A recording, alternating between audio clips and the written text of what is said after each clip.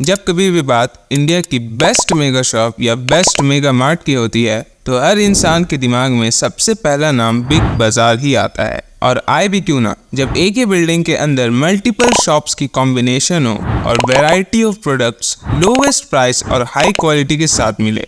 एक big building के अंदर एक ऐसा बाजार जहाँ groceries, clothing, furniture, accessories, electronics and food courts के साथ साथ गेम जोन भी अवेलेबल हो। एक वक्त था जब बिग बाजार अपने उरूज पर था और इसने बहुत पैसे बनाए। 26 जनवरी 2001 को बिग बाजार में सबसे सस्ते दिन नाम की एक मेगा सेल लगाई गई और बिग बाजार ने सिर्फ उस एक दिन में 30 करोड़ रुपए कमाए। पर उसके बाद अगले 20 सालों में ऐसा क्या हुआ जो बिग बाजार के सभी मार्ट्स एक एक करके बंद हो गए। अब ये बिग बाजार कंपनी किशोर ब्यानी नाम के एक शख्स की थी, पर सिर्फ बिग बाजार ही किशोर जी का इकलौता बिजनेस नहीं था। क्लोथिंग्स का मेगा मॉल पैंटालून्स और सेंट्रल मॉल के ओनर भी किशोर ब्यानी ही थे। अब मैं इनकी हिस्ट्री पे नहीं जाऊंगा, बस इतना जान लो कि सेंट्रल, पैंटालून्स और बिग बाजार ने किशोर ब्यानी को रिटेलिंग मार्केट का बिजनेस टाइकून बना दिया था। 2006 में किशोर जी ने अपने सभी कंपनीज को मैनेज करने के लिए एक नई कंपनी की शुरुआत की, फ्यूचर ग्रुप। और पैंटालून्स, बिग बाजार और सेंट्रल से होने वाले हजारों करोड़ की टर्नओवर की वजह से future group Indian corporate market का जायंट किंग बन गया। पर इतनी ऊंचाइयों पर पहुंचने के बाद अब जो इकलौती चीज होने वाली थी वो थी डाउनफॉल।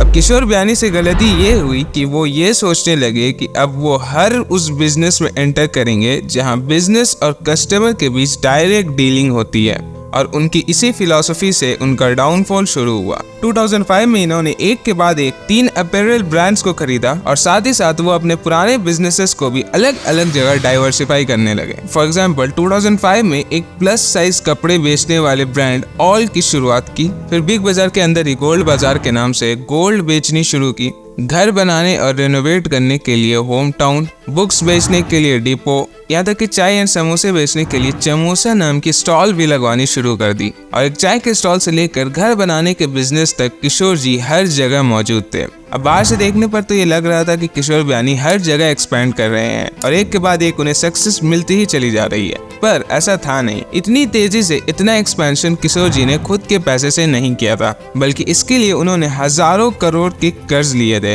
और उन्हें ये उम्मीद थी कि वो अपने स्ट्रॉन्ग सेल्स के बलबूते में इस कर्ज को मैनेज कर लेंगे। लेकिन फिर 2008 में आया ग्लोबल फाइनेंशियल क्राइसिस, जिसके बाद कंज्यूमर स्पेंडिंग घट गई और फ्यूचर ग्रुप की सेल्स क्रैश कर गई और किशोर ब्यानी को सिर्फ बिजनेस को सस्टेन करने के लिए और भी कर्ज लेने पड़ गए। और साल 2012 तक उनके ऊपर लगभग 12,000 करोड़ का कर्ज था और उनके लिए इसका इंटरेस्ट भी पे करना मुश्किल हो रहा था, जिस वजह से अपने दिल पर पत्थर रख के किशोर ब्यानी ने पैंटालून्स को 1600 करोड़ में बेच दिया और साथ ही साथ फ्यूचर कैपिटल ग्रुप भी 4250 करोड़ में बिक गई। अब किशोर ब्यानी को लगा कि पैंटालून्स और फ्यूचर ग्रुप को बेचकर उनकी प्रॉब्लम सॉल्व हो जाएगी। लेकिन फिर मार्केट में एंट्री हुई दो बहुत बड़े कॉम्पिटिटर्स की, अमेज़न और फ्लिपकार्ट। कुछ ही सालों के अंदर अंदर इन दोनों ने कंज्यूमर्स को ऑफलाइन शॉपिंग से ऑनलाइन शॉपिंग की तरफ शिफ्ट कर दिया था, जिस वजह से मेगा मार्केट्स लाइक बिग बाजार की सेल और भी गिर गई। उसके बाद किशोर ब्यानी ने बिग बाजार का ऑनलाइन शॉपिंग मार्ट खोला बिग बाजार डायरेक्ट के नाम से, पर वो बुरी तरह से फ्लॉप हो गया और किशोर जी के फिर से करोड़ों रुपए डूब गए। इसके बाद किशोर जी ने एक और बड़ी गलती की, उन्होंने इंडिया की किराना दुकान वालों से कम्पीट किया और इजी डे नाम की small supermarket type grocery stores खोलना शुरू किया। पर वो उतनी अच्छी तरह से नहीं चला क्योंकि लोग अपने लोकल किराना दुकानदार पर ज्यादा भरोसा करते हैं। लेकिन किशोर जी की गलतियां यहाँ खत्म नहीं होती। इसके बाद किशोर जी ने सोचा कि जो प्रोडक्ट्स वो स्टोर में लगाते हैं वो अलग अलग ब्रांड्स के होते हैं